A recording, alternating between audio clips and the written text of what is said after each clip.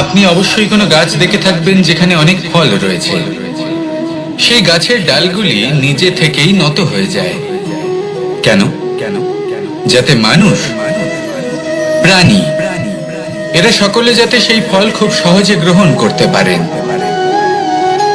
এটাই হলো প্রকৃতির শিক্ষা, এটাই হলো প্রকৃতির নিয়ম। মানুষেরও কিছুটা এরকমই হওয়া উচিত। যদি আপনি সাফল্যের চরম সীমায় পৌঁছে যান, অনেক বেশি ধন অর্জন করে ফেলেন, তখন মনে রাখবেন যে আপনি যেন অহংকারী না হয়ে পড়েন।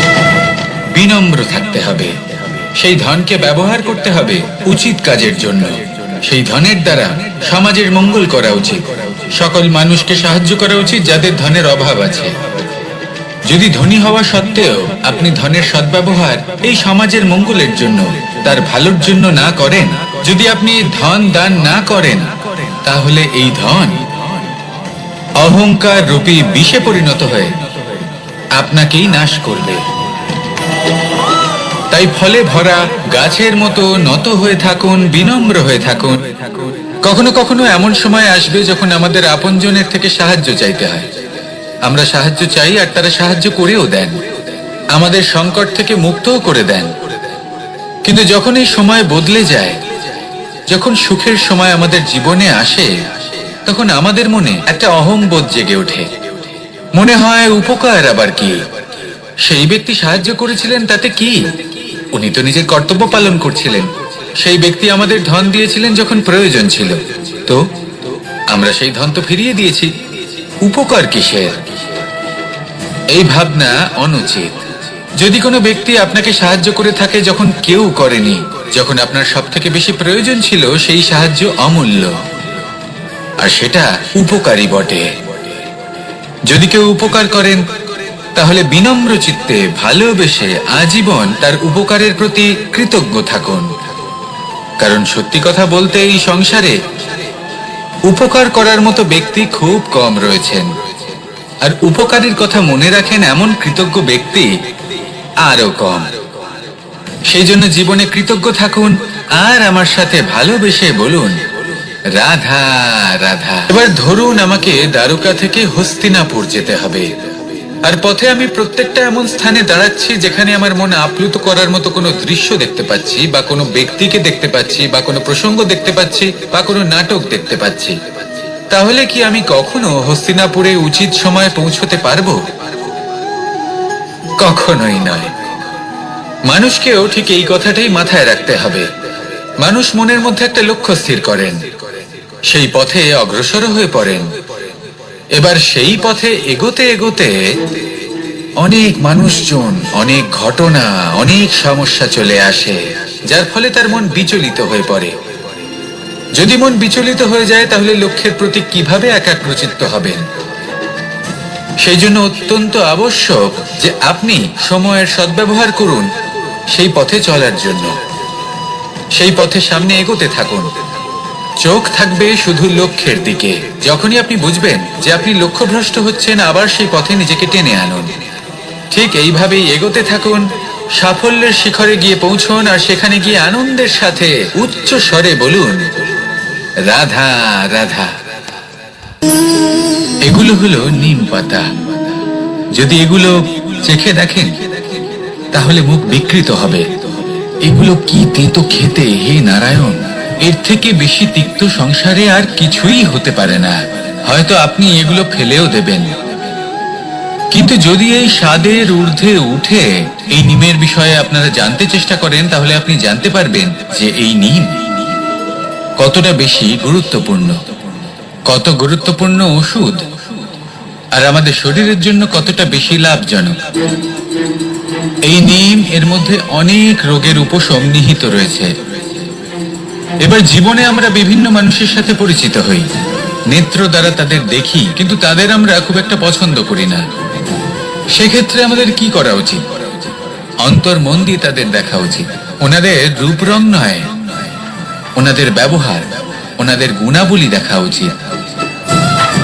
কারণ হতে পারে ঠিক যেমন নিম পাতা বাস্তবে খুব তেতো কিন্তু আমাদের শরীরের পক্ষে লাভজনক, সেইভাবেই এইসব মানুষ যাদের দেখলে আমাদের ভালো লাগে না, যাদের রূপ রং আমাদের পছন্দ হয় না, হয়তো সেই মানুষগুলোই আমাদের জীবনকে পূর্ণরূপে পাল্টে দিতে পারেন। হতে পারে তাদের মধ্যে এমন ক্ষমতা রয়েছে, আমাদের সুখ, শান্তি, প্রেরণা প্রদান করতে পারেন, আমাদের দুঃখ হরণ করতে পারেন, আমাদের পথ দেখাতে পারেন।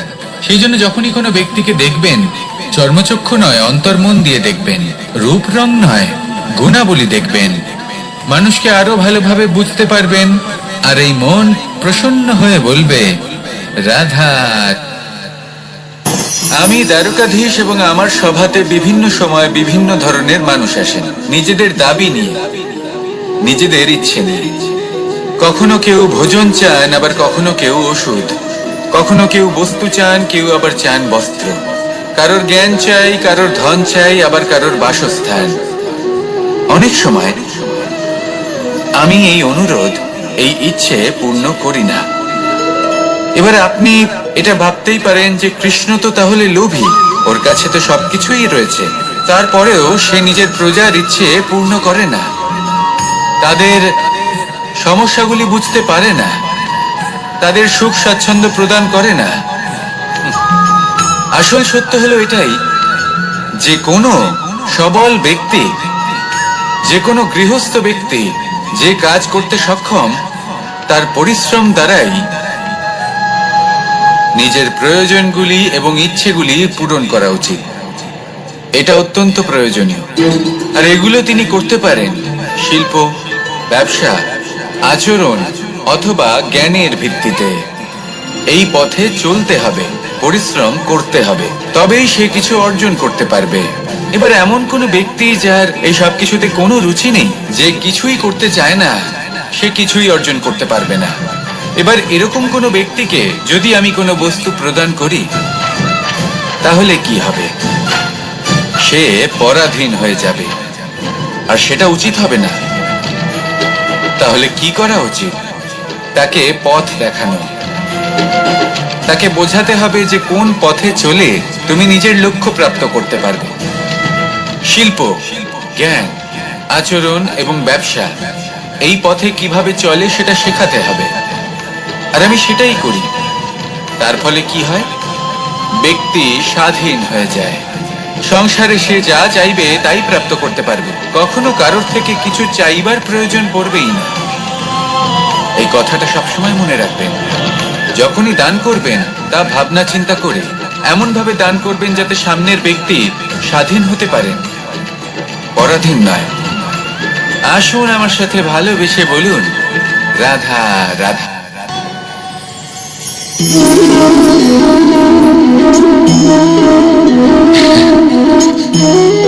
ঘুমের মধ্যে আমরা বিভিন্ন ধরনের স্বপ্ন দেখি, কিছু সুখের, কিছু দুঃখের, কিছু অত্যন্ত ভয়ানক। কিন্তু সত্যি কথা বলতে এর উপর আমাদের কোনো নিয়ন্ত্রণ নেই। কিন্তু আমি এমনও কিছু ব্যক্তিকে দেখেছি যারা খোলা চোখে স্বপ্ন দেখেন এবং তা যাপন করেন। নিজেদের একটা আলাদা স্বপ্ন নগরী আছে ওনাদের, সেখানেই জীবন যাপন করেন। আসল বাস্তবটা কি তাতে ওনাদের কিছুই যায় আসে না। এমন কিছু মানুষ আছেন যাদের কাছে বিন্দুমাত্র জ্ঞান নেই। সে না হয় ঠিক আছে, কিন্তু জ্ঞান এমন ভাবে প্রদান করবেন যে মনে হবে সংসারের সমস্ত জ্ঞান তাদের কাছেই রয়েছে। এমন কিছু মানুষ আছেন যারা ভালোবাসতে জানেন না, আর তাও আমি মেনে নিলাম। কিন্তু কথা এমন ভাবে বলবেন তাতে মনে হবে যেন প্রেমের বিষয়ে সবকিছু শুধুমাত্র ইনিই জানেন। এবার আমি এমন কথা অবশ্যই বলছি না যে আপনি এরকম করেন, কিন্তু যদি কোনো ব্যক্তি এরকম করেন তাহলে তার এটা মাথায় রাখা উচিত যে সেই ব্যক্তি অন্য কারোর সাথে নয়, নিজের সাথে অনুচিত করছেন। কারণ এমন কাজ করে উনি নিজের দোষ, নিজের অপগুণ সংসারের কাছে নয়, নিজের কাছে লুকোচ্ছেন। আপনি যদি নিজেকে বুঝতে না পারেন, সম্পূর্ণরূপে নিজেকে আকলন না করেন, নিজের অপগুণ, নিজের দোষ পূর্ণরূপে না বুঝতে পারেন, তাহলে এটা কি করে বুঝবেন যে নিজেকে কিভাবে শুধরে নিতে হবে? আপনাকে নিজের সত্য স্বীকার করতেই হবে। তারপরেই আপনি নিজেকে পরিবর্তন করতে পারবেন। তাহলে স্বপ্নে নয়, বাস্তবে বাঁচুন। বিগত দিনের কিছু কথা মনে পড়ে গেল, এক অদ্ভুত ঘটনা যা অমূল্য শিক্ষা দিয়ে যেতে পারে। বিষয় হলো যক্ষের সাথে যুধিষ্ঠিরের কথোপকথন। একবার যক্ষ যুধিষ্ঠিরকে জিজ্ঞেস করলেন, ওনাকে বললেন যে আমার কিছু প্রশ্নের উত্তর যদি আপনি দিতে পারেন তাহলে আমি আপনার বাকি ভ্রাতাগণকে আবার জীবিত করে তুলব। সেগুলোর মধ্যে খুব গুরুত্বপূর্ণ আর কঠিন একটা প্রশ্ন ছিল, এই সংসারের সব থেকে শ্রেষ্ঠ আশ্চর্য কোনটি? এই প্রশ্ন আমি আপনাকে জিজ্ঞেস করছি। এবার কেউ বলবেন স্বর্ণ দ্বারা নির্মিত লঙ্কা, এটি হলো সংসারের সব থেকে বড় আশ্চর্য। কেউ বলবেন বরফে ঢাকা সেই পর্বত যা আকাশ স্পর্শ করে। কেউ বলবেন সেই সমুদ্র যার গভীরতা মাপা অসম্ভব ব্যাপার। কেউ বলবেন সেই বায়ু যা আমরা দেখতে পাই না কিন্তু তা আমাদের জীবন দান করে। সংসারের সব থেকে বড় আশ্চর্য কি, সেই প্রশ্নের উত্তর যুধিষ্ঠির দিয়েছিলেন, আর তা ছিল শ্রেষ্ঠ উত্তর এবং উচিত। উনি বলেছিলেন যে সংসারে প্রতিদিন কোনো ব্যক্তি জন্ম লাভ করেন আর কোনো ব্যক্তি মৃত্যুও লাভ করেন। এবার এই কথাটা সবাই জানেন, সবাই বোঝেন যে যখন জন্মেছি তখন কোনো একদিন আমিও অবশ্যই মৃত্যু লাভ করব। এবার যখন এই কথা প্রত্যেকটা মানুষ জানেন, তখন কেন প্রত্যেক মানুষ এই চিন্তায় থাকেন, এই নিয়ে কষ্ট পান, এই নিয়ে ব্যাকুল হয়ে থাকেন যে উনি একদিন মৃত্যু লাভ করবেন, তার থেকে দূরে পালাতে চেষ্টা করেন। বলেন যে আমি মৃত্যু লাভ করতে চাই না। কেন? যেখানে কোনো না কোনো দিন এটা অবশ্যই হবে। এ হলো ব্রহ্ম সত্য। এই যে ব্যাকুলতা, এই ভয়, এই যন্ত্রণা, এই চিন্তা তার মনকে বাঁচতেই দেয় না, এই জীবন অনুভবই করতে দেয় না। সেই জন্য এই চিন্তা, ব্যাকুলতা, ভয়, এসবের কি লাভ? কোনো লাভ নেই। সেই জন্য যতক্ষণ জীবনযাপন করছেন প্রত্যেক মুহূর্ত যেন শ্রেষ্ঠ হয়, আনন্দময় হয়, প্রেমের দ্বারা পরিপূর্ণ হয়, সেই চেষ্টা করুন। চেষ্টা করুন যাতে আপনি যে কাজ করছেন তার দ্বারা যেন অন্যের মঙ্গল হয়। এই প্রচেষ্টাই আপনার জীবনকে প্রসন্নতা আর প্রেম দ্বারা ভরিয়ে তুলবে। এই মন সুপ্রসন্ন হয়ে বলবে রাধা রাধা। এবার যদি আপনাকে জিজ্ঞেস করা হয় যে সব থেকে বেশি শক্তির অনুভব কোথা থেকে করা সম্ভব, তখন কেউ কেউ বলবেন পুষ্টিকর আহার গ্রহণ করলে, ব্যায়াম করলে। কেউ বলবেন ধন লাভ করলে, বন্ধুদের থেকে, পরিবারের থেকে, আদি ইত্যাদি। এইভাবে আপনি শক্তির অনুভব অবশ্যই করতে পারেন, কিন্তু সব থেকে বেশি শক্তির অনুভব যদি আপনি করতে চান তাহলে তা পাবেন শুধু একতার দ্বারা, সংগঠনের দ্বারা। যদি আপনাকে উদাহরণ দিই, নিজের এই হাতটাকে দেখুন, 5টা আঙুল রয়েছে।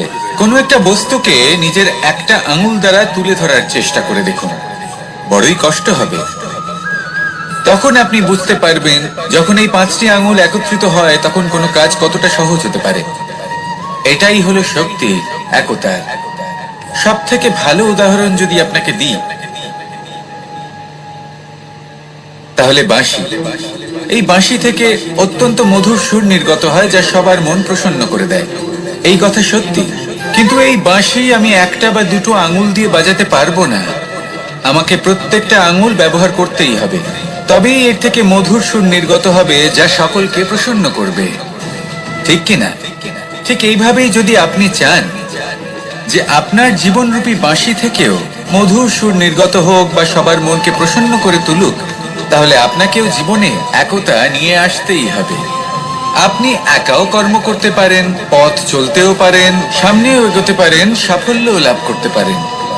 কিন্তু যখন সকলে একসাথে এগোবেন, সেই পথে চলবেন, সেই কর্মই করবেন, তখন লক্ষ্যে অবশ্যই পৌঁছবেন, সাফল্য অবশ্যই লাভ করবেন। কিন্তু সেই সাফল্য এবং তার আনন্দের সংমিশ্রণটাই একটু অন্যরকম হবে।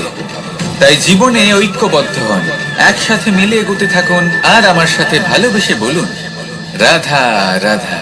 2 ধরনের আবেগ রয়েছে যার কোনো মূল্য নেই। আমার কথার অর্থ এটা নয় যে এদের কোনো গুরুত্ব নেই, গুরুত্ব যথেষ্টই রয়েছে। শুধু এদের জন্য আপনাকে কোনো মূল্য দিতে হয় না। প্রথম আবেগ হলো আনন্দ, প্রসন্নতা। এটা আপনি যে কোনো জায়গায় খুঁজে পেতে পারেন যদি আপনি খুঁজে পেতে চান। আপনি কোনো পুষ্পের সৌন্দর্য দেখে প্রসন্ন হতে পারেন। বায়ুর কারণে যখন একটি বৃক্ষ শিহরিত হয় সেটা দেখে আপনি প্রসন্ন হতে পারেন। একটা ছোট্ট শিশুর কলরব শুনেও আপনি প্রসন্ন হতে পারেন। একটা ক্রন্দনরত বালককে হাসিয়ে আপনি প্রসন্ন হতে পারেন। সবকিছু আপনার উপর নির্ভরশীল। সেখানে আরেকটি আবেগ হলো দুশ্চিন্তা। মানুষ বড়ই দুশ্চিন্তা করতে থাকে। আজ আমি এই কাজ করেছি, সেই বিষয়ে চিন্তা। আজ আমি এই কাজ করতে পারিনি, সেই বিষয়ে চিন্তা। কাল আমাকে এই কাজ করতে হবে, সেই নিয়ে চিন্তা। আমি কি সেই কাজটা করতে পারবো, সেই বিষয়ে দুশ্চিন্তা। চিন্তা সর্বত্র রয়েছে, যার জন্য মূল্য দিতে হয় না। যত চান আপনি একত্রিত করতে পারেন।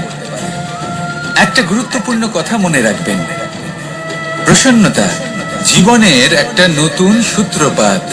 সেখানে দুশ্চিন্তা হলো জীবনের চিতার সময়। এবার এই দুটি আবেগ হলো মূল্যহীন, দুটোই আপনার সামনে আছে। কোনটা চয়ন করবেন আপনি, দুশ্চিন্তা নাকি প্রসন্নতা? সিদ্ধান্ত।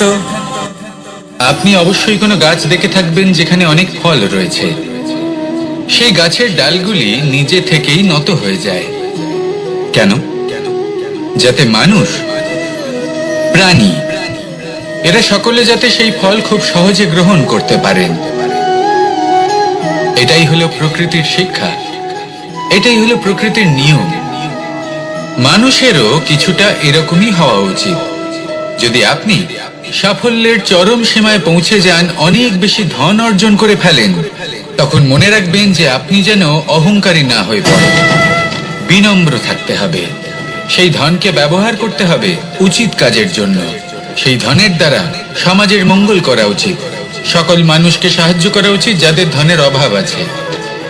যদি ধনী হওয়া সত্ত্বেও আপনি ধনের সদ্ব্যবহার এই সমাজের মঙ্গলের জন্য, তার ভালোর জন্য না করেন, যদি আপনি ধন দান না করেন, তাহলে এই ধন অহংকার রূপী বিষে পরিণত হয়ে আপনাকেই নাশ করবে। তাই ফলে ভরা গাছের মতো নত হয়ে থাকুন, বিনম্র হয়ে থাকুন। কখনো কখনো এমন সময় আসবে যখন আমাদের আপনজনের থেকে সাহায্য চাইতে হয়। আমরা সাহায্য চাই আর তারা সাহায্য করেও দেন, আমাদের সংকট থেকে মুক্তও করে দেন। কিন্তু যখন এই সময় বদলে যায়, যখন সুখের সময় আমাদের জীবনে আসে, তখন আমাদের মনে একটা অহংবোধ জেগে ওঠে। মনে হয় উপকার আবার কি, সেই ব্যক্তি সাহায্য করেছিলেন তাতে কি, উনি তো নিজের কর্তব্য পালন করছিলেন। সেই ব্যক্তি আমাদের ধন দিয়েছিলেন যখন প্রয়োজন ছিল, তো আমরা সেই ধন তো ফিরিয়ে দিয়েছি, উপকার কিসের? এই ভাবনা অনুচিত। যদি কোনো ব্যক্তি আপনাকে সাহায্য করে থাকে যখন কেউ করেনি, যখন আপনার সব থেকে বেশি প্রয়োজন ছিল, সেই সাহায্য অমূল্য, আর সেটা উপকারী বটে। যদি কেউ উপকার করেন, তাহলে বিনম্র চিত্তে ভালোবেসে আজীবন তার উপকারের প্রতি কৃতজ্ঞ থাকুন। কারণ সত্যি কথা বলতে এই সংসারে উপকার করার মতো ব্যক্তি খুব কম রয়েছেন, আর উপকারের কথা মনে রাখেন এমন কৃতজ্ঞ ব্যক্তি আরো কম। সেই জন্য জীবনে কৃতজ্ঞ থাকুন আর আমার সাথে ভালোবেসে বলুন, রাধা রাধা। এবার ধরুন আমাকে দ্বারকা থেকে হস্তিনাপুর যেতে হবে, আর পথে আমি প্রত্যেকটা এমন স্থানে দাঁড়াচ্ছি যেখানে আমার মনে আপ্লুত করার মতো কোনো দৃশ্য দেখতে পাচ্ছি, বা কোনো ব্যক্তিকে দেখতে পাচ্ছি, বা কোনো প্রসঙ্গ দেখতে পাচ্ছি, বা কোনো নাটক দেখতে পাচ্ছি। তাহলে কি আমি কখনো হস্তিনাপুরে উচিত সময়ে পৌঁছতে পারবো? কখনোই নয়। মানুষকেও ঠিক এই কথাটাই মাথায় রাখতে হবে। মানুষ মনের মধ্যে একটা লক্ষ্য স্থির করেন, সেই পথে অগ্রসর হয়ে পড়েন। এবার সেই পথে এগোতে এগোতে অনেক মানুষজন, অনেক ঘটনা, অনেক সমস্যা চলে আসে, যার ফলে তার মন বিচলিত হয়ে পড়ে। যদি মন বিচলিত হয়ে যায়, তাহলে লক্ষ্যের প্রতি কিভাবে একাগ্রচিত্ত হবেন? সেই জন্য অত্যন্ত আবশ্যক যে আপনি সময়ের সদ্ব্যবহার করুন সেই পথে চলার জন্য। সেই পথে সামনে এগোতে থাকুন, চোখ থাকবে শুধু লক্ষ্যের দিকে। যখনই আপনি বুঝবেন যে আপনি লক্ষ্যভ্রষ্ট হচ্ছেন, আবার সেই পথে নিজেকে টেনে আনুন। ঠিক এইভাবেই এগোতে থাকুন, সাফল্যের শিখরে গিয়ে পৌঁছন, আর সেখানে গিয়ে আনন্দের সাথে উচ্চ স্বরে বলুন, রাধা রাধা। এগুলো হলো নিম পাতা। যদি এগুলো চেখে দেখেন তাহলে মুখ বিকৃত হবে। এগুলো কি তেতো খেতে, হে নারায়ণ! এর থেকে বেশি তিক্ত সংসারে আর কিছুই হতে পারে না। হয়তো আপনি এগুলো ফেলেও দেবেন, কিন্তু যদি এই স্বাদের ঊর্ধ্বে উঠে এই নিমের বিষয়ে আপনারা জানতে চেষ্টা করেন, তাহলে আপনি জানতে পারবেন যে এই নিম কতটা বেশি গুরুত্বপূর্ণ, কত গুরুত্বপূর্ণ ওষুধ, আর আমাদের শরীরের জন্য কতটা বেশি লাভজনক। এই নিম, এর মধ্যে অনেক রোগের উপশম নিহিত রয়েছে। এবার জীবনে আমরা বিভিন্ন মানুষের সাথে পরিচিত হই, নেত্র দ্বারা তাদের দেখি, কিন্তু তাদের আমরা খুব একটা পছন্দ করি না। সেক্ষেত্রে আমাদের কি করা উচিত? অন্তর মন দিয়ে তাদের দেখা উচিত। ওনাদের রূপ রং নয়, ওনাদের ব্যবহার, ওনাদের গুণাবলী দেখা উচিত। কারণ হতে পারে ঠিক যেমন নিম পাতা বাস্তবে খুব তেতো কিন্তু আমাদের শরীরের পক্ষে লাভজনক, সেইভাবেই এইসব মানুষ যাদের দেখলে আমাদের ভালো লাগে না, যাদের রূপ রং আমাদের পছন্দ হয় না, হয়তো সেই মানুষগুলোই আমাদের জীবনকে পূর্ণরূপে পাল্টে দিতে পারেন। হতে পারে তাদের মধ্যে এমন ক্ষমতা রয়েছে, আমাদের সুখ, শান্তি, প্রেরণা প্রদান করতে পারেন, আমাদের দুঃখ হরণ করতে পারেন, আমাদের পথ দেখাতে পারেন। সেই জন্য যখনই কোনো ব্যক্তিকে দেখবেন, চর্মচক্ষু নয়, অন্তর্মন দিয়ে দেখবেন, রূপ রং নয়, গুণাবলী দেখবেন। মানুষকে আরো ভালোভাবে বুঝতে পারবেন, আর এই মন প্রসন্ন হয়ে বলবে, রাধা। আমি দ্বারকাধীশ এবং আমার সভাতে বিভিন্ন সময় বিভিন্ন ধরনের মানুষ আসেন, নিজেদের দাবি নিয়ে, নিজেদের ইচ্ছে নিয়ে। কখনো কেউ ভোজন চান, আবার কখনো কেউ ওষুধ, কখনো কেউ বস্তু চান, কেউ আবার চান বস্ত্র।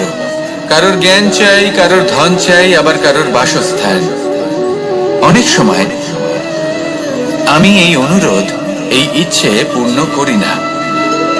এবার আপনি এটা ভাবতেই পারেন যে কৃষ্ণ তো তাহলে লোভী, ওর কাছে তো সবকিছুই রয়েছে, তারপরেও সে নিজের প্রজার ইচ্ছে পূর্ণ করে না, তাদের সমস্যাগুলি বুঝতে পারে না, তাদের সুখ স্বাচ্ছন্দ্য প্রদান করে না। আসল সত্য হলো এটাই যে কোনো সবল ব্যক্তি, যে কোনো গৃহস্থ ব্যক্তি যে কাজ করতে সক্ষম, তার পরিশ্রম দ্বারাই নিজের প্রয়োজনগুলি এবং ইচ্ছেগুলি পূরণ করা উচিত। এটা অত্যন্ত প্রয়োজনীয়, আর এগুলো তিনি করতে পারেন শিল্প, ব্যবসা, আচরণ অথবা জ্ঞানের ভিত্তিতে। এই পথে চলতে হবে, পরিশ্রম করতে হবে, তবেই সে কিছু অর্জন করতে পারবে। এবার এমন কোনো ব্যক্তি যার এই সব কিছুতে কোনো রুচি নেই, যে কিছুই করতে চায় না, সে কিছুই অর্জন করতে পারবে না। এবার এরকম কোনো ব্যক্তিকে যদি আমি কোনো বস্তু প্রদান করি, তাহলে কি হবে? সে পরাধীন হয়ে যাবে, আর সেটা উচিত হবে না। তাহলে কি করা উচিত? তাকে পথ দেখানো, তাকে বোঝাতে হবে যে কোন পথে চলে তুমি নিজের লক্ষ্য প্রাপ্ত করতে পারবে। শিল্প, জ্ঞান, আচরণ এবং ব্যবসা, এই পথে কিভাবে চলে সেটা শেখাতে হবে, আর আমি সেটাই করি। তার ফলে কি হয়? ব্যক্তি স্বাধীন হয়ে যায়। সংসারে সে যা চাইবে তাই প্রাপ্ত করতে পারবে, কখনো কারোর থেকে কিছু চাইবার প্রয়োজন পড়বেই না। এই কথাটা সবসময় মনে রাখবেন। যখনই দান করবেন, তা ভাবনা চিন্তা করে এমন ভাবে দান করবেন যাতে সামনের ব্যক্তি স্বাধীন হতে পারেন, পরাধীন নয়। আসুন আমার সাথে ভালোবেসে বলুন, রাধা রাধা।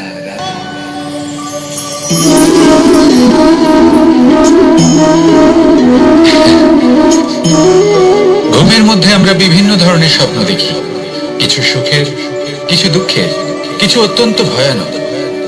কিন্তু সত্যি কথা বলতে এর উপর আমাদের কোনো নিয়ন্ত্রণ নেই।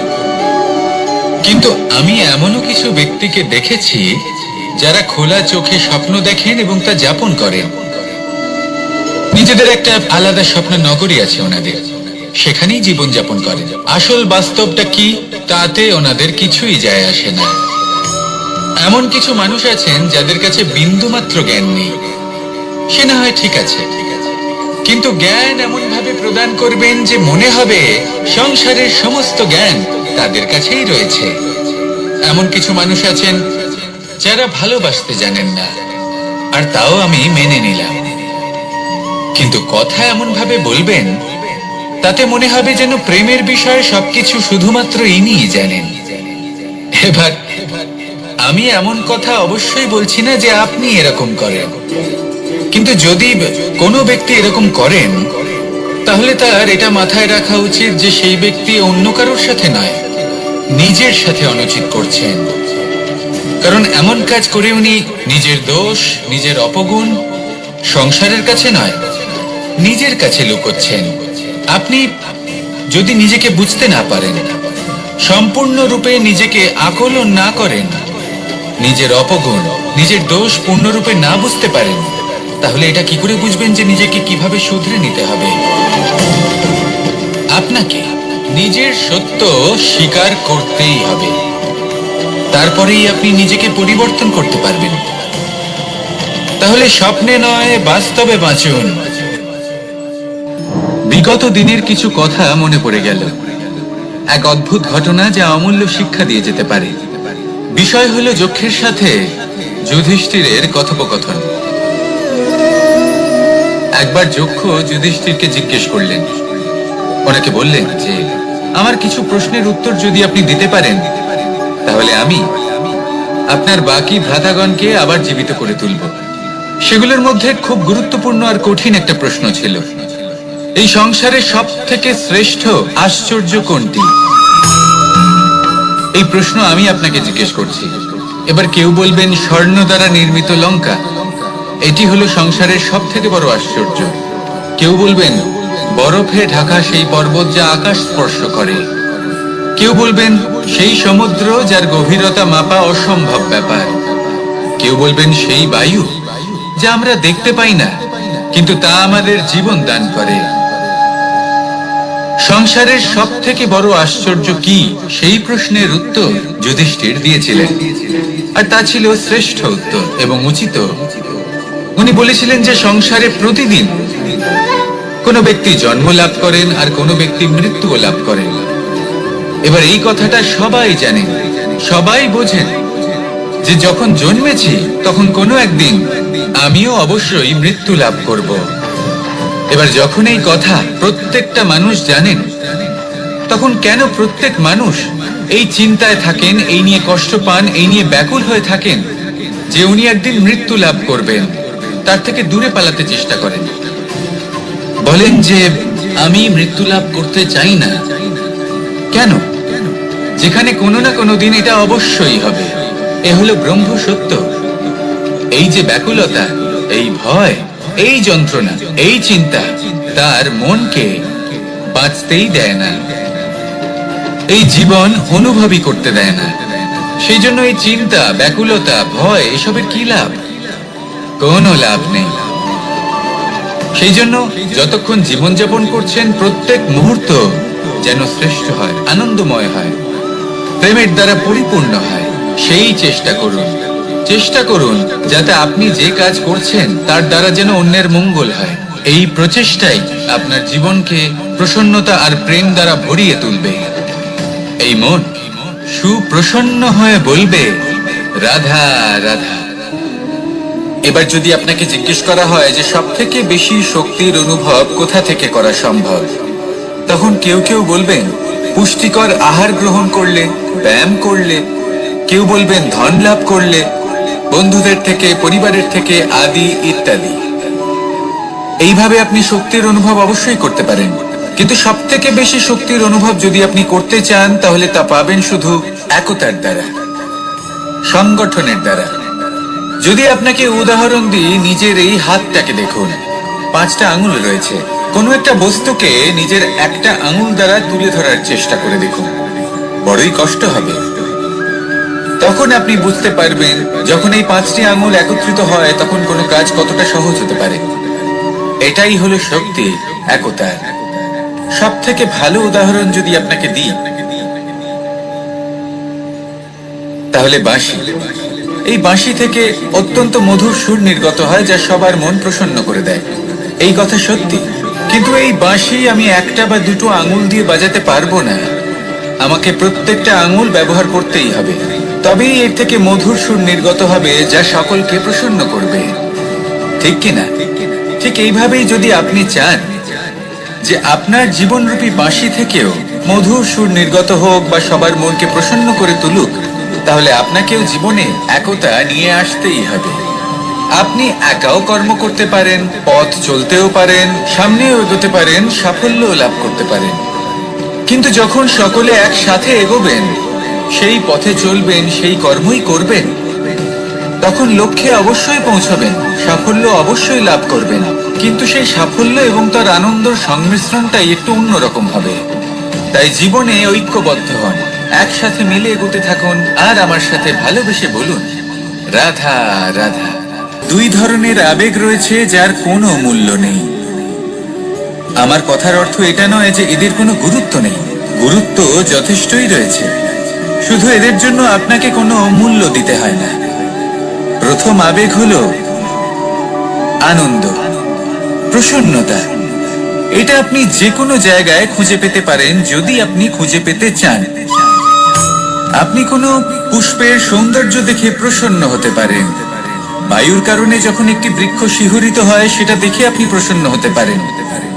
একটা ছোট্ট শিশুর কলরব শুনেও আপনি প্রসন্ন হতে পারেন। একটা ক্রন্দনরত বালককে হাসিয়ে আপনি প্রসন্ন হতে পারেন। সবকিছু আপনার উপর নির্ভরশীল। সেখানে আরেকটি আবেগ হলো দুশ্চিন্তা। মানুষ বড়ই দুশ্চিন্তা করতে থাকে। আজ আমি এই কাজ করেছি, সেই বিষয়ে চিন্তা। আজ আমি এই কাজ করতে পারিনি, সেই বিষয়ে চিন্তা। কাল আমাকে এই কাজ করতে হবে, সেই নিয়ে চিন্তা। আমি কি সেই কাজটা করতে পারবো, সেই বিষয়ে দুশ্চিন্তা। চিন্তা সর্বত্র রয়েছে, যার জন্য মূল্য দিতে হয় না। যত চান আপনি একত্রিত করতে পারেন। একটা গুরুত্বপূর্ণ কথা মনে রাখবেন, প্রসন্নতা জীবনের একটা নতুন সূত্রপাত। সেখানে দুশ্চিন্তা হলো জীবনের চিতার সমান। এবার এই দুটি আবেগ হলো মূল্যহীন, দুটোই আপনার সামনে আছে। কোনটা চয়ন করবেন আপনি, দুশ্চিন্তা নাকি প্রসন্নতা? সিদ্ধান্ত। কে পৌঁছানো অত্যন্ত কঠিন হয়। কেউ ভাবেন যে কেন এত কঠিন হয়, কেন এত কষ্ট করতে হয় লক্ষ্যে পৌঁছানোর জন্য। এই লক্ষ্য সরলভাবে কেন আমার কাছে চলে আসে না? চলুন আপনাকে একটা কথা বলি, যদি আপনার লক্ষ্য কঠিন না হয়, তাহলে তাকে পাওয়া আপনার পক্ষে অসম্ভব হয়ে উঠবে। লক্ষ্যে পৌঁছানোর এই রাস্তায় আপনি যে কড়া রোদের সম্মুখীন হন, যার থেকে আপনি দূরে পালাতে চান, সেই রোদ আপনাকে প্রেরণা যোগায় যে আপনি এগোতে থাকুন। ভাবুন একজন যাত্রী যে কিনা নিজের লক্ষ্যের দিকে যাচ্ছেন, সেই পথে উনি যদি একটু ছায়া পেয়ে যান আর উনি ওখানে বিশ্রাম নেন, তাহলে তার সাথে তার ভাগ্য গভীর নিদ্রায় সেখানে বিলীন হয়ে যায়।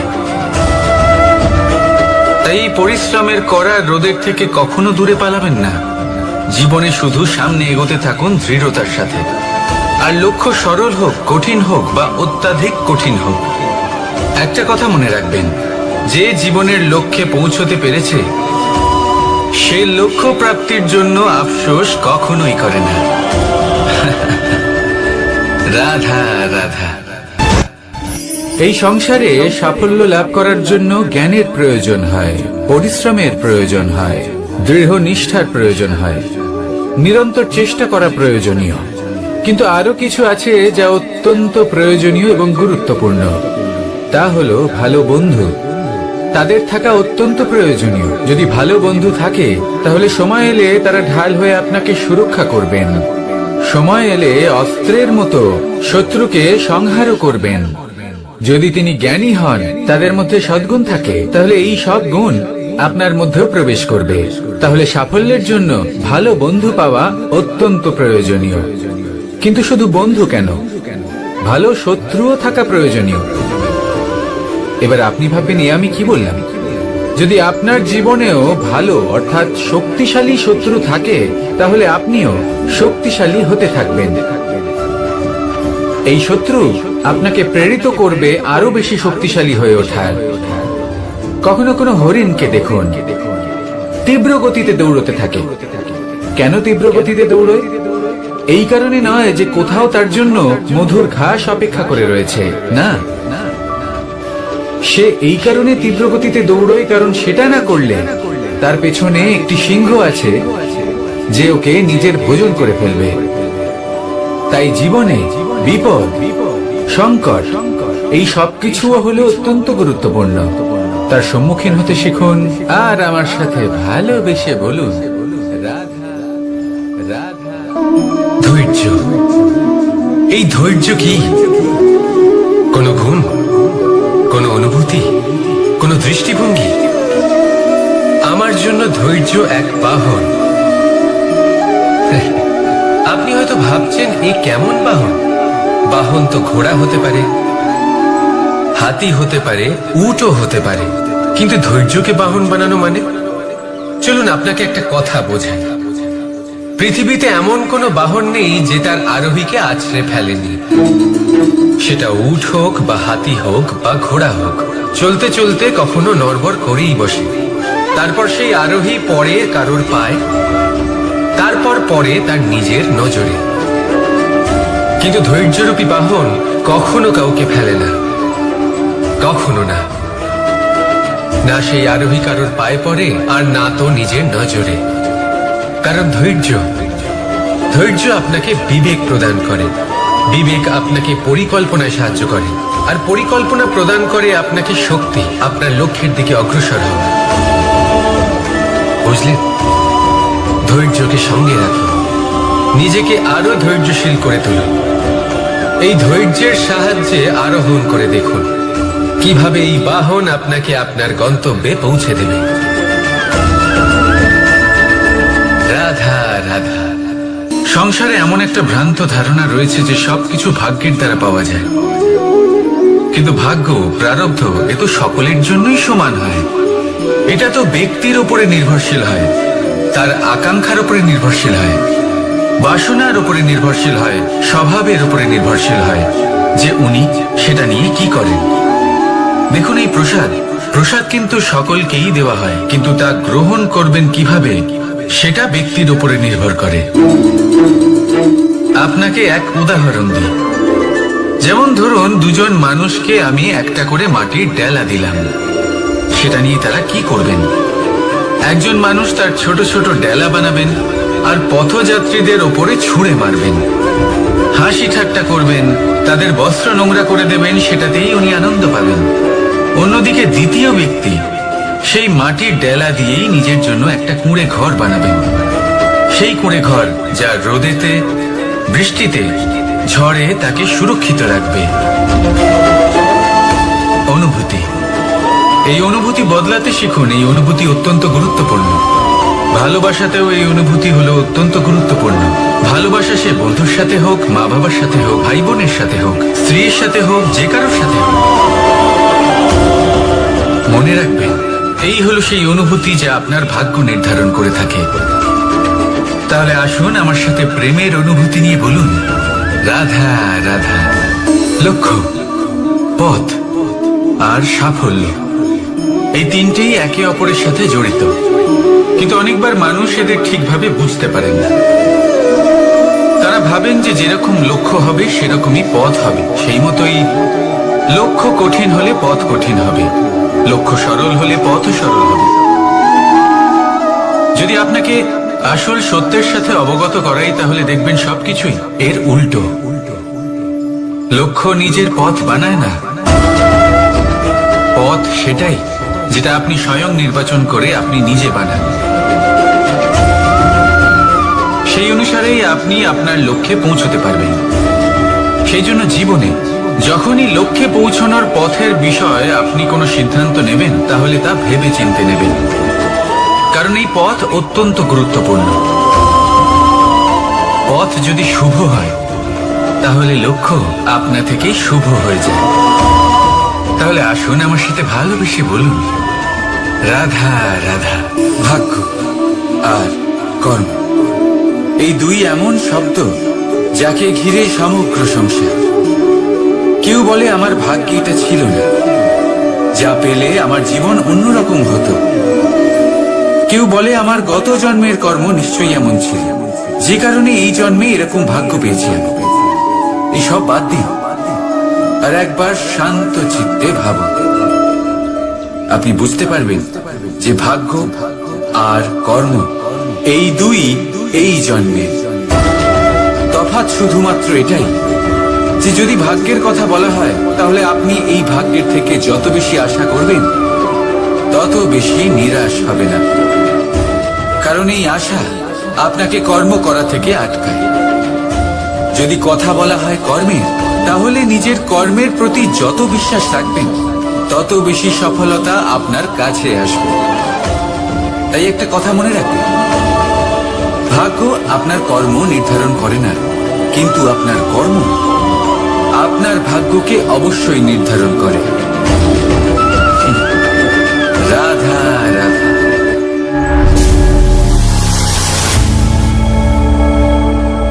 প্রকৃতি, নিয়তি কখনোই কারোর সাথে পক্ষপাত করে না, প্রত্যেককে জীবন দান দেয়, সমান সুযোগ প্রদান করে। এটা সেই ব্যক্তির উপরে নির্ভর করে যে সে কিভাবে তার থেকে লাভবান হয়ে উঠবে, তার নির্বাচনের উপর নির্ভর করে, তার দৃষ্টিভঙ্গির উপর নির্ভর করে যে সে কতটা ধনাত্মক বা কতটা নেতিবাচক। দুই ধরনের মানুষ হন। এমন কিছু মানুষ হন যারা প্রত্যেক পরিস্থিতি, প্রত্যেক সমস্যা এবং বিপদে সুযোগ খুঁজে বের করেন। আর কিছু এমন মানুষ রয়েছেন যারা যে কোনো সুযোগে কোথাও না কোথাও থেকে একটা সমস্যা খুঁজে বের করেন। এবার আপনি কি চান? আপনি সুযোগ চান, তাহলে সুযোগ পাবেন। আপনি সমস্যা পেতে চান, সমস্যা তো আপনি চাইলেই খুঁজে পাবেন। চয়ন আপনারই, যে আপনি কতটা ধনাত্মক থাকতে চান, কতটা নেতিবাচক থাকতে চান। ধনাত্মক থাকুন, জীবনে সব কিছু সম্ভব হবে। আসুন আর আমার সাথে ভালোবেসে বলুন রাধা রাধা। যখনই আমরা কথা বলি জলরাশির বিষয়ে, যখন আমরা তুলনা করি, তখন আমাদের খুব ভালো লাগে মিষ্টি সরোবর, পুকুর, নদী। আর আমরা অপেক্ষা করে থাকি সাগরের জন্য, সমুদ্রের জন্য। কেন করি? কারণ এই সাগর, এই সমুদ্র, এ হলো অত্যন্ত বিশাল আর ভয়ানক। এর জলও কিন্তু নোনতা, যা আমরা পান করতে পারি না। কখনো ভেবে দেখেছেন এই সমুদ্রের অন্তরে এই নোনতা জল, এই নোনতা ভাব, এটা আসে কোত্থেকে? এই যে সমুদ্র, যে প্রবাহমান নদীর থেকে যে খনিজ নির্গত হয়, তার ভান্ডার হলো এটা। সেই খনিজকে নিজের অন্তরে গ্রহণ করে, সেই নোনতা ভাব নিজের মধ্যে সমাহিত করে, আর তারপর সেই নোনতা জল বাষ্পে পরিণত হয়ে ওপরে উঠে যায়, যা মেঘ হয়ে আপনার ওপর মিষ্টি বৃষ্টি হয়ে ঝরে পড়ে। এ হলো সমুদ্রের ত্যাগ, যার জন্য আপনি মিষ্টি জল পান করতে পারছেন, সে নদী থেকেই হোক বা সরোবর থেকে। সেই জন্যই হয়তো সাগর হলো এত মহান, হয়তো সেই জন্যই রত্ন সাগরে পাওয়া যায়। তাই মনে রাখবেন, ক্ষমতা তারই হয় যে ত্যাগ করতে জানে, কোনো বিষকে নিজের মধ্যে ধারণ করে নিতে জানে। তাহলে আপনিও এটাই করুন, এতটাই শক্তিশালী হয়ে উঠুন, আর আমার সাথে ভালোবেসে বলুন রাধা রাধা। রাজ্য, শাসন, সাম্রাজ্য, সংস্থাপনা, এগুলিকে সফল কখন বলা যেতে পারে? কোনো বুদ্ধিজীবী বলেন তখন যখন চারিদিকে শান্তি থাকে, কারোর মনে কোনো প্রশ্ন থাকবে না, শঙ্কা থাকবে না। কিন্তু আমার মনে হয় এটা অনুচিত। কোনো রাজ্যের পক্ষে বা কোনো শাসনকালে সব থেকে বড় সংকট তখন আসে যখন সব থেকে বেশি যোগ্য ব্যক্তি বা সব থেকে বেশি বিদ্বান ব্যক্তিও শুধু মুখদর্শক হয়ে বসে থাকেন। মনে প্রশ্ন আসতে থাকে কিন্তু জিজ্ঞেস করেন না, শঙ্কা উৎপন্ন হয় কিন্তু ব্যক্ত করতে পারেন না। এটা খুবই অনুচিত। এই যে প্রশ্ন, তা আসা খুব ভালো। এই প্রশ্ন অকারণে আসে না, কোনো সমস্যার কারণেই আসে। এই প্রশ্নের দ্বারা আপনি সেই সমস্যাগুলি দেখতে পাবেন যাতে আপনি এতদিন অনভিজ্ঞ ছিলেন। আর যত প্রশ্নের নিবারণ আপনি করবেন ততই আপনার রাজ্য, আপনার শাসন আরো শ্রেষ্ঠ হয়ে উঠবে। এই প্রশ্ন, এই শঙ্কা, এগুলো আপনাকে সমাধানের চূড়াতে অবশ্যই নিয়ে যাবে। সেই জন্য না প্রশ্ন করা অনুচিত, আর না শঙ্কা ব্যক্ত করা অনুচিত, আর না তিনি মূর্খ যিনি প্রশ্ন করেন, শঙ্কা ব্যক্ত করেন। তাই এনাদের কখনো দূরে করে দেবেন না, এনাদের নিজস্ব মতামত রাখতে দিন। যখন সবাই মিলে একমত হবেন তখন নিশ্চিত রূপে বলা যায় যে এই রাজ্য, এই শাসন, এই সংস্থাপনা সাফল্যের শিখরে রয়েছে। তাহলে আসুন আর আমার সাথে ভালোবেসে বলুন, রাধা রাধা। কোনো কোনো প্রাণী, মানুষ অত্যন্ত চঞ্চল হয়, একদম জলের মতো। জলও অত্যন্ত চঞ্চল, অত্যন্ত উৎসুক। জল সবসময় উৎসুক হয়ে থাকে আকাশের কাছে যাবার জন্য। সেই জন্য সে নিজেকে জ্বালায়, বাষ্প হয়, আর আকাশে পৌঁছে মেঘে সমাহিত হয়ে যায়। তারপর সেই জল উৎসাহিত হয়ে থাকে যে ও কবে বৃষ্টির ধারা হয়ে মাটিতে ঝরে পড়বে। প্রখর বায়ুর বেগ সহ্য করে। আপনি কি কখনো কোনো জলের ধারা দেখেছেন? তার সামনে যতই মাটি থাকুক না কেন, যতই কাদা থাকুক না কেন, যখন এই জলের ধারা বইতে আরম্ভ করে দেয় তখন এই কাদাকে নিজেই ধুয়ে নিয়ে যায়। ওই কাদাকে ধুয়ে দেয় এবং নিজের পথ নিজেই তৈরি করে নেয়। তাহলে আপনিও এরকম জলের মতো হয়ে উঠুন।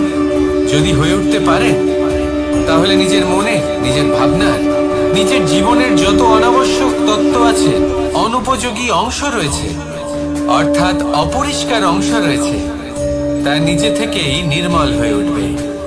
আর যেরকম জলের ধারা কখনো থেমে থাকে না, সব সময় বয়ে চলে, সেইভাবে আপনিও কখনোই থামবেন না। সবসময় বয়ে চলুন, এগোতে থাকুন। পথে যদি অনেক বিপদ আসে, সমস্যা আসে, থামবেন না, তার উপর নিরন্তর প্রহার করুন, নিরন্তর প্রয়াস করুন, আর অগ্রসর হন। আপনি ভেবে দেখুন, এই জলের ধারা কখনো থেমে থাকে না, সবসময় বয়ে চলে, বিপদের সম্মুখীন হয়ে তাকে সাথে বয়ে নিয়ে চলে। সেই জন্য জলের ধারা, প্রবাহমান এই ধারা, এর থেকে কখনো দুর্গন্ধ আসে না, এতে কখনো ময়লা জমতে পারে না, বরং পালিত হয় সুন্দর প্রাণবন্ত জীবজন্তু, যেমন সুন্দর ছোট মাছ।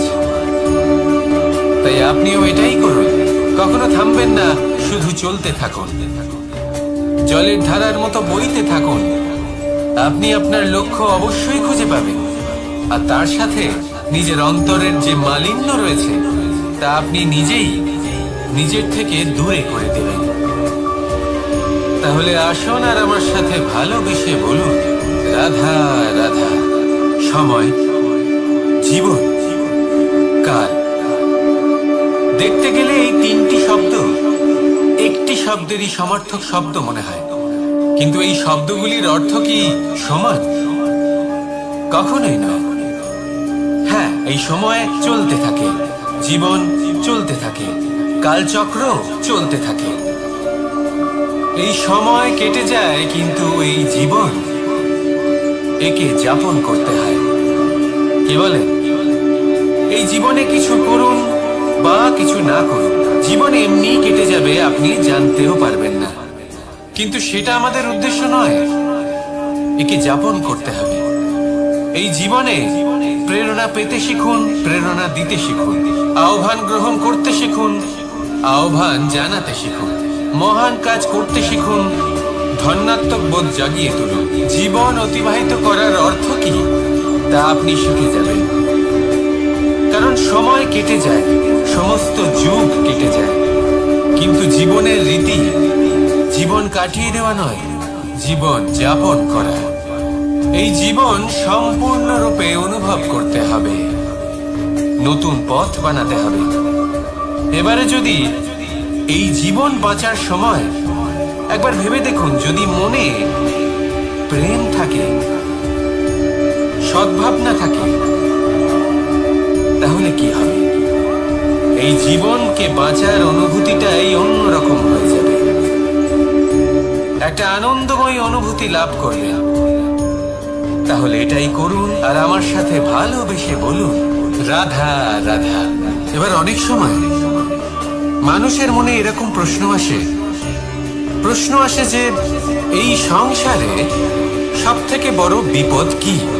কেউ বলে ধর্ম সংকট, আবার কেউ বলে প্রাণের উপর আসা সংকট। প্রত্যেক মানুষের জীবনে বিভিন্ন সংকট আসে, আর এই সমস্ত সংকট অত্যন্ত বিচিত্র হতে পারে। এই সমস্ত সংসার হলো সংকট দ্বারা পরিপূর্ণ। ঠিক আছে, আপনাকে একটা উদাহরণ দিই। একজন ধনী ব্যক্তি, এবার ওনার জীবনে সংকট কি হতে পারে? সংকট এটাই যে কেউ তার সম্পত্তি চুরি না করে নেয়, আমরা বুঝতে পারছি। এবার একজন চোর, তার জীবনে সংকট কি হতে পারে?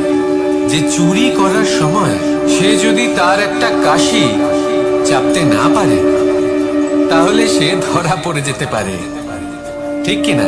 আবার অনেক সময় এমনও হয় যে যার জন্য আমি সংকট, সেও আমার কাছে সংকট। যেমন এই পরিস্থিতিতে দেখুন, সংকট হলো সংকট, এ তো জীবনে থাকবে, কিন্তু এর সম্মুখীন কিভাবে হওয়া যায়? বিপদ আপদ আপনাকে সন্ত্রস্ত করে রাখতে পারে, কিন্তু এই বিপদ প্রত্যেকের জীবনে কোনো না কোনো কারণে থাকে। এটা আপনাকে দেখায় যে আপনার মধ্যে কি খামতি রয়েছে, কেন রয়েছে। এই বিপদ হলো সেই মাধ্যম যার দ্বারা আপনি নিজের দুর্বলতাকে নিজের শক্তিতে পরিবর্তন করতে পারেন। একটা ফুলের দিকে তাকান। একটা ফুল, তার বুকে যখন একটা সূচ বিঁধে এপার ওপার হয়ে যায়, শুধু তখনই আমাদের প্রভুর জন্য ফুলের মালা তৈরি করা যায়। সেই জন্য কখনোই বিপদকে ভয় পাবেন না, তার থেকে দূরে পালাবেন না, একে স্বাগত জানান। বোঝার চেষ্টা করুন এই বিপদ কেন আছে। যদি বিপদকে বুঝতে পারেন তবেই জীবনকে বুঝতে পারবেন। যদি জীবনকে বুঝতে পারেন তবে এই বিপদকে সম্পদে পরিণত করতে পারবেন। আসুন আর আমার সাথে ভালোবেসে বলুন, রাধা রাধা। কখনো কখনো মনে এই ভাবনা আসতেই পারে যে ঈশ্বর আজ পর্যন্ত এত রূপে অবতীর্ণ হয়েছেন, এতবার এই পৃথিবীতে এসেছেন, তারপরেও এই সংসারে কোথাও না কোথাও এই পাপ বসবাস করে। এটার কারণ কি? এটার কারণ আমরা স্বয়ং। যখন কোনো ব্যক্তি এই পৃথিবীর পথপ্রদর্শন করে, এই সংসারকে উচিত দিশা দেখায়, এই সংসারের মঙ্গল করে, আমরা সেই ব্যক্তিকে মানুষ থেকে ঈশ্বর বানিয়ে ফেলি। সেই ব্যক্তির পতন স্বয়ং আমাদের হাতেই হয়ে যায়, কারণ সেই ব্যক্তি তার শ্বাস প্রশ্বাসের জন্য হয় না। সেই ব্যক্তি হলো সেই ভাবনা যা সে এই সংসারকে প্রদান করেছে। আমরা সেই ব্যক্তির ভাবনাটারই অন্ত করে দিই। এটা উচিত নয়। আমরা ওনাকে প্রভু মেনে নিই। প্রভু মানার পর আমরা ওনার কাছে প্রার্থনা করি, হে প্রভু আমাদের সাহায্য করুন। যদি উনি প্রভুও হন, তাও উনি পৃথিবীতে এসেছেন মনুষ্য রূপে। যা কর্ম করেছেন, যা শক্তি প্রাপ্ত করেছেন, এই দেহ থেকেই প্রাপ্ত করেছেন। আপনাদের এটা বোঝানোর জন্য যে এই কাজ আপনিও করতে পারেন। যারা সৎ আত্মা থাকেন, তাদের জন্য সর্বশ্রেষ্ঠ শ্রদ্ধাঞ্জলি হলো এটাই যে আপনি তাদের পদচিহ্ন অনুসরণ করে চলুন।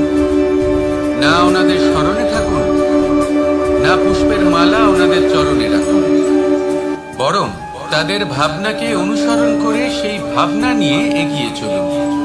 এটা না শুধু আপনার জন্য, বরং সমগ্র সংসারের জন্য লাভদায়ক। তাহলে এটাই করুন আর আমার সাথে ভালোবেসে বলুন, রাধা রাধা। যখন কঠোর রোদে আমাদের শরীর উত্তপ্ত হয়ে যায়, আমরা গরম অনুভব করি, তখনই যদি বর্ষা হয় আর বৃষ্টির জলের ফোঁটা আমাদের শরীরে এসে পড়ে, তখন কেমন অনুভূতি হয়? বর্ষার এই জলের ফোঁটা যখন ধরিত্রীতে পড়ে, তখন যে নাদ উৎপন্ন হয়, মনে হয় যেন এক সঙ্গীত। এমন এক সঙ্গীত যা স্থিরতার সাথে আমাদের বুঝিয়ে দেয় যে এই সূর্যের উত্তাপ, এই রোদ, তা চিরকালের জন্য থাকবে না। সূর্যের কিরণের যতই তেজ থাকুক, যখন বর্ষা আসবে এই রোদের কিরণকে শীতল করবে। সূর্যের তেজ যতই বেশি হোক না কেন, কখনো না কখনো কালো মেঘ আসবে আর সূর্যকে ঢেকে দেবে। অর্থাৎ এই প্রকৃতি আমাদের শিক্ষা দেয় যে কারোর প্রকাশ, যে কারোর মেধা চিরকাল টিকে থাকে না। এবার যদি কথা বলি অন্ধকারের বিষয়ে, তবে রাত্রির কালো অন্ধকারকে একটা জোনাকির আলো পরাজিত করে। অর্থাৎ অন্ধকারও চিরকালের জন্য বজায় থাকে না। এটা কি আমরা বুঝলাম? তবে আপনাদের দুটো সহজ প্রশ্ন করব। জীবনে যখন কিছুই আপনাদের সাথে চিরকাল থাকবে না, তাহলে অহংকার কি নিয়ে? আর জীবনে যদি প্রত্যেক দুঃখ, বিপদ, সমস্যা একটা সময় পর আপনাকে ছেড়ে চলে যায়, তাহলে পরাজয় মানবেন কেন? এই দুশ্চিন্তা ত্যাগ করুন, এই অহংকার ত্যাগ করুন, আসক্তি ত্যাগ করুন। আপনি কি কখনো কোনো জলের ধারা দেখেছেন? তার সামনে যতই মাটি থাকুক না কেন, যতই কাদা থাকুক না কেন, যখন এই জলের ধারা বইতে আরম্ভ করে দেয়, তখন এই কাদাকে নিজেই ধুয়ে নিয়ে যায়। ওই কাদাকে ধুয়ে দেয় এবং নিজের পথ নিজেই তৈরি করে নেয়। তাহলে আপনিও এরকম জলের মতো হয়ে উঠুন। যদি হয়ে উঠতে পারেন, তাহলে নিজের মনে, নিজের ভাবনার, নিজের জীবনের যত অনাবশ্যক তত্ত্ব আছে, অনুপযোগী অংশ রয়েছে, অর্থাৎ অপরিষ্কার অংশ রয়েছে, তা নিজে থেকেই নির্মল হয়ে উঠবে। আর যেরকম জলের ধারা কখনো থেমে থাকে না, সব সময় বয়ে চলে, সেইভাবে আপনিও কখনোই থামবেন না। সবসময় বয়ে চলুন, এগোতে থাকুন। পথে যদি অনেক বিপদ আসে, সমস্যা আসে, থামবেন না। তার উপর নিরন্তর প্রহার করুন, নিরন্তর প্রয়াস করুন আর অগ্রসর হন। আপনি ভেবে দেখুন, এই জলের ধারা কখনো থেমে থাকে না, সবসময় বয়ে চলে। বিপদের সম্মুখীন হয়ে তাকে সাথে বয়ে নিয়ে চলে। সেই জন্য জলের ধারা, প্রবাহমান এই ধারা, এর থেকে কখনো দুর্গন্ধ আসে না, এতে কখনো ময়লা জমতে পারে না, বরং পালিত হয় সুন্দর প্রাণবন্ত জীবজন্তু, যেমন সুন্দর ছোট মাছ। তাই আপনিও এটাই করুন, কখনো থামবেন না, শুধু চলতে থাকুন, জলের ধারার মতো বইতে থাকুন। আপনি আপনার লক্ষ্য অবশ্যই খুঁজে পাবেন, আর তার সাথে নিজের অন্তরের যে মালিন্য রয়েছে, তা আপনি নিজেই নিজের থেকে দূরে করে দেবেন। তাহলে আসুন আর আমার সাথে ভালোবেসে বলুন, রাধা রাধা। সময়, জীবন, কাল। দেখতে গেলে এই তিনটি শব্দ একটি শব্দেরই সমার্থক শব্দ মনে হয়, কিন্তু এই শব্দগুলির অর্থ কি সমান? কখনোই না। হ্যাঁ, এই সময় চলতে থাকে, জীবন চলতে থাকে, কালচক্র চলতে থাকে। এই সময় কেটে যায়, কিন্তু এই জীবন, একে যাপন করতে হয়। কি বলেন? এই জীবনে কিছু করুন বা কিছু না করুন, জীবন এমনি কেটে যাবে, আপনি জানতেও পারবেন না। কিন্তু সেটা আমাদের উদ্দেশ্য নয়, একে যাপন করতে হবে। এই জীবনে প্রেরণা পেতে শিখুন, প্রেরণা দিতে শিখুন, আহ্বান গ্রহণ করতে শিখুন, আহ্বান জানাতে শিখুন, মহান কাজ করতে শিখুন, ধন্যাত্মক বোধ জাগিয়ে তুলুন। জীবন অতিবাহিত করার অর্থ কি, তা আপনি শিখে যাবেন।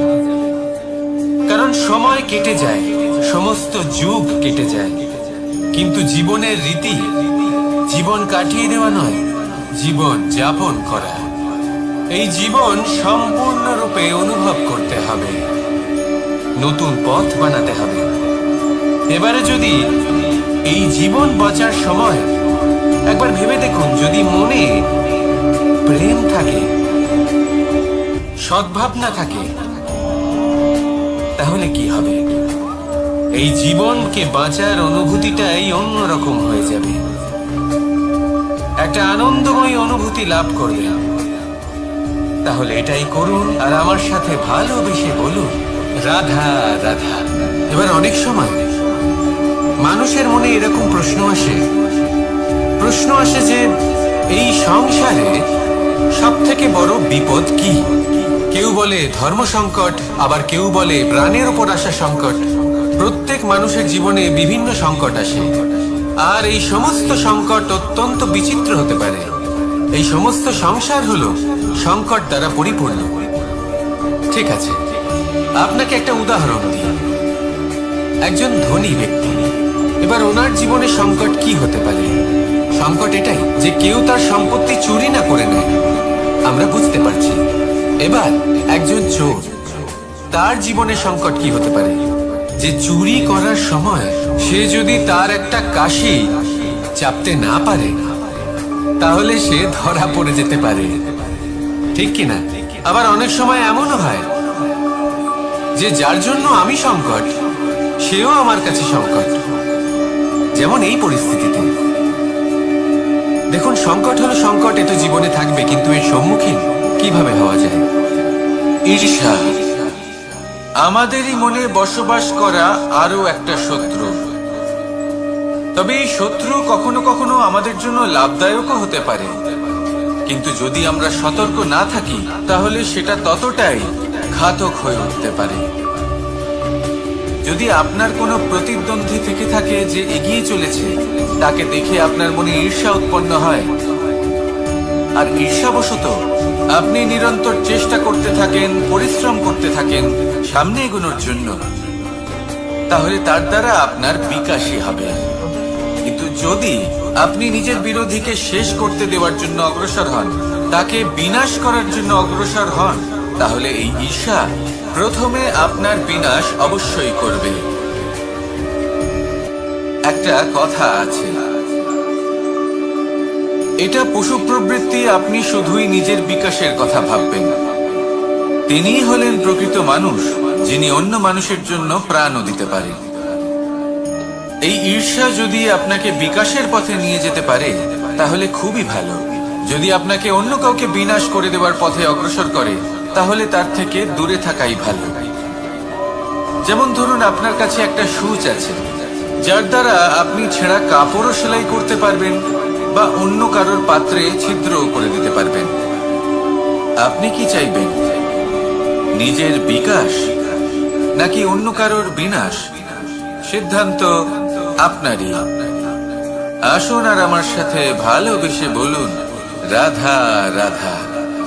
বিষ এবং অমৃত, এর ভিত্তিতেই সংসার চক্র চলতে থাকে। যখন সমুদ্র মন্থন হয়েছিল তখন এই দুই প্রাপ্ত হয়েছিল।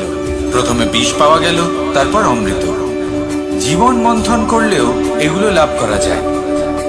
এবার এই যে বিষ, তা হলো অমৃতের থেকে অনেক বেশি শক্তিশালী এবং সেই জন্যই অনেক বেশি ঘাতকও। এবার বোঝার চেষ্টা করি এই বিষ আসলে কি। যে কোনো বস্তু বা কোনো ভাব যদি মাত্রার থেকে বেশি পরিমাণে আপনার কাছে থাকে, প্রয়োজনের থেকে বেশি আপনার কাছে থাকে, তাহলে সেটা আপনার কাছে বিষ সমান হতে পারে। তা সে ধন হোক, শক্তি হোক, সম্মান হোক, ইত্যাদি ইত্যাদি। যদি আপনার কাছে এমন কিছু থেকে থাকে যা মাত্রার থেকে বেশি পরিমাণে আপনার কাছে আছে, তাহলে তাকে ভাগ করতে শিখুন। যদি আপনি ভাগ করতে শিখে যান, তাহলে এই বিষই আপনার জন্য অমৃতে পরিণত হবে, আর তাদের কাছেও অমৃত সমান হয়ে উঠবে যাদের এই সাহায্যের প্রয়োজন। তাহলে ভাগ করে নিতে শিখুন আর আমার সাথে ভালোবেসে বলুন, রাধা রাধা। মানুষ বড়ই বিচিত্র প্রাণী। অধিক থেকে অধিকতর ধন লাভ করার চেষ্টায় নিজের শরীরকে নষ্ট করে ফেলেন, নিজের শক্তি হারিয়ে ফেলেন, নিজের সামর্থ্য হারিয়ে ফেলেন। আর যে ধন লাভ করেন সেটা কোথায় যায়? সেই শক্তি, সেই সামর্থ্যকে আবার ফিরে পাওয়ার জন্য। আর কিছু মানুষ জীবন এমন ভাবে যাপন করেন যেন তা কখনোই শেষ হবে না, কিন্তু শেষ তো সবারই হবে। আর যখনই শেষটা কাছে চলে আসে, তখন মানুষ এটা বুঝতে পারেন যে সে জীবনকে উপভোগ করেন। তার কারণটা কি? লালসা। এই লালসা জন্ম দেয় লোভকে, আর এই লোভ জন্ম দেয় আপনারই বিনাশকে। সেই জন্য আজ আপনার কাছে যা কিছু আছে, যেমনটা আছে, তার সাথে জীবন যাপন করুন, পূর্ণরূপে যাপন করুন। আপনার কাছে যতই ধন, শক্তি, মান থাকুক, তা সবার মধ্যে ভাগ করতে শিখুন। ভাগ করলে ভালোবাসা বাড়ে, আর এই ভালোবাসা দ্বারা জীবন আরো সুখময় হয়ে ওঠে। তাহলে আসুন আর আমার সাথে ভালোবেসে বলুন, রাধা রাধা। মন, জীবনে যখনই কোনো বস্তু বা সুখ স্বাচ্ছন্দ্য অধিক মাত্রায় আপনার কাছে চলে আসে, তখন নিজেকে শ্রেষ্ঠ মনে করার একটা প্রবণতা দেখা যায়, যা হয় আত্মবিশ্বাসে পরিণত হয়, নয়তো অহংকারে। এবার আত্মবিশ্বাস আর অহংকারের মধ্যে অনেক বড় পার্থক্য রয়েছে। আমি এটা করতে পারি, আমি ওটাও করতে পারি, এ হলো আত্মবিশ্বাস। শুধুমাত্র আমি এটা করতে পারি, শুধুমাত্র আমি ওটাও করতে পারি, আমি হলাম সর্বশ্রেষ্ঠ, এটা হলো অহংকার। এবার এই অহংকারের ধ্বনি অনেক দূর প্রবাহিত হয়, আর এর প্রহার সর্বপ্রথম আপনাকে বিপর্যস্ত করে। এবার এই অহংকার এর বিপরীত শব্দ হলো, কোনো বাড়িতে কোনো পরিবারে যখন কারোর জন্ম হয়, তখন তা কত সুখের মুহূর্ত হয়।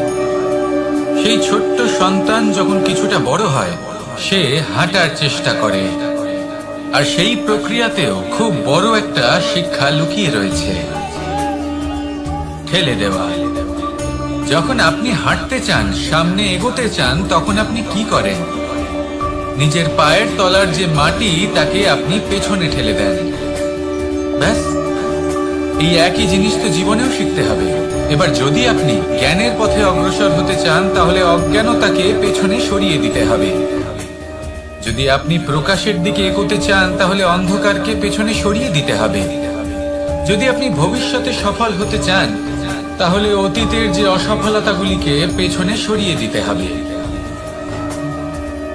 যে জল বইতে বইতে থেমে যায়, তাকে আমরা নালা বলে থাকি, তার থেকে দুর্গন্ধ বের হয়। কিন্তু যে জল বইতেই থাকে, তাকেই আমরা পবিত্র জল বলি। তাহলে আপনিও কর্ম করতে থাকুন, কখনো থামবেন না, আর আমার সাথে ভালোবেসে বলুন, রাধা রাধা। যোগাসন, যোগাসনে আসন অত্যন্ত গুরুত্বপূর্ণ। এবার আমি বলবো সব থেকে শ্রেষ্ঠ আসন কোনটি।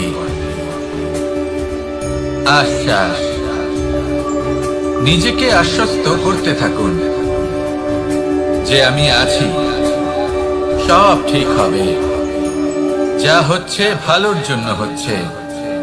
এই আশ্বাস আপনাকে জীবনে এমন ধনাত্মক বিশ্বাস দেবে যে আপনি বড় বড় সমস্যার সমাধান করতে পারবেন। এবার যদি কথা বলি সব থেকে কঠিন সময়, তাহলে সেটা হলো বিচ্ছেদে। যা মা সীতাকে সহ্য করতে হয়েছে শ্রীরামের জন্য, রাধা কৃষ্ণকেও সহ্য করতে হয়েছে। যে ব্যক্তি বিচ্ছেদের সময় সঠিক পথে চলে এসেছে, সে জীবনে অনেক শ্রেষ্ঠ স্থানে অবশ্যই পৌঁছতে পারবে। এবার যদি কথা বলি সব থেকে জরুরি এবং গুরুত্বপূর্ণ সময়, তাহলে সেটা হলো সংযোগ। সকলকে সাহায্য করতে থাকুন। আপনি অন্যদের সাহায্য করে তাদের যত আনন্দ দিতে পারবেন, ততটাই আনন্দ আপনারও জীবনে অবশ্যই আসবে। আসুন আর আমার সাথে ভালোবেসে বলুন, রাধা রাধা। কামবোধ, এটাই আপনার অন্তরের প্রথম শত্রু। বেশিরভাগ মানুষই কামবোধ বলতে লালসা বোঝেন, কিন্তু এটা সম্পূর্ণ সত্য নয়। কামের আসল অর্থ হলো কামনা। এটা খুবই সহজ ব্যাপার। মনুষ্য শরীর থাকলে, মানুষের মন থাকলে, এই কামনা অবশ্যই থাকবে। এবার এটাই দেখতে হবে যে এই কামনা নেতিবাচক কামনা নাকি ইতিবাচক কামনা। অন্য কারোর জিনিসে নজর দেওয়া, অন্য কোনো মানুষের উপর নজর দেওয়া, কোনো অনুচিত বস্তুর দিকে নজর দেওয়া, এই নেতিবাচক কামনা। আর এই দুষ্কামনা মানুষকে দিয়ে অপকর্ম করাবেই। তাই মনে রাখবেন, যে ব্যক্তি নিজের কামনাকে নিয়ন্ত্রণে রাখতে পারেন, তিনি সঠিক পথেও থাকেন, সঠিক লক্ষ্যে পৌঁছতেও পারেন। যিনি কামনা নিয়ন্ত্রণে রাখতে পারেন না, তিনি তার পথও হারিয়ে ফেলেন এবং লক্ষ্যচ্যুতও হন। তাই মনে রাখবেন, নিজের কামনাগুলিকে নিয়ন্ত্রণে রাখুন। কাম নামক এই শত্রুর ওপর বিজয় লাভ করুন, আর আমার সাথে ভালোবেসে বলুন, রাধা রাধা। মানুষ কখনো কখনো সময়কে নিয়ন্ত্রণ করতে চেষ্টা করে, কখনো কখনো সময়ের গুরুত্ব বুঝতে পারে না। এটা ভাবে যে এই কিছু মুহূর্ত কেটে যাক, একে অতিবাহিত করি, তাহলে কি বা হবে, কয়েকটা মুহূর্ত মাত্র। কিন্তু তা নয়, আজকের একটা মুহূর্ত ভবিষ্যতের অনেক বড় পরিবর্তনের ভিত হতে পারে। আজকের একটা মুহূর্ত আপনার ভবিষ্যৎকে উজ্জ্বল করে তুলতে পারে। সেই জন্য ছোট ছোট মুহূর্তগুলিকে অদেখা করবেন না। সময়কে কাজে লাগান, পূর্ণরূপে কাজে লাগান। এবার যদি আপনি কাউকে সাহায্য করতে চান আর সেই কারণেই যদি থেমে থাকেন, তাহলে ঠিক আছে, কারণ আপনি কাউকে সাহায্য করে তার জীবনকে আরো ভালো করে তুলতে চাইছেন, আরো শ্রেষ্ঠ করতে চাইছেন। এই পুণ্য, এই কর্ম ফিরে আপনার কাছেই আসবে আর আপনার জীবনকে শুভ করে তুলবে। কিন্তু যদি আপনি আলস্যের কারণে থেমে থাকেন এবং কিছুই না করেন, সময় নষ্ট করেন। মানুষ চিরকাল বড় মানুষ হয়ে উঠতে চায়, সবসময় সেই নিয়ে কল্পনা করে। কিন্তু প্রশ্ন হলো এটাই যে মানুষ বড় কখন হতে পারে? যখন সে ধনী হয়ে ওঠে, নাকি যখন তার কাছে সম্মান থাকে, নাকি যখন রূপবান হয় বা অধিক শক্তিশালী হয়? মানুষ বড় মানুষ তখনই হতে পারে যখন বিপদের সময় সে অন্য কোনো মানুষের পাশে এসে দাঁড়ায়। তাই সর্বপ্রথম এটা শিখুন। হয়তো এই জন্যই হনুমান শ্রীরামের কাছে এতটা বড়, আর হয়তো এই জন্যই বলরাম দাদা আমার কাছে এত বড়। যদি আপনিও জীবনে বড় হয়ে উঠতে চান, তাহলে কারোর সাথে তার দুঃখের সময়, তার সংকটের সময় তাকে সঙ্গ দিন আর পাশে এসে দাঁড়ান। এই মন প্রসন্ন হয়ে বলবে, রাধা রাধা।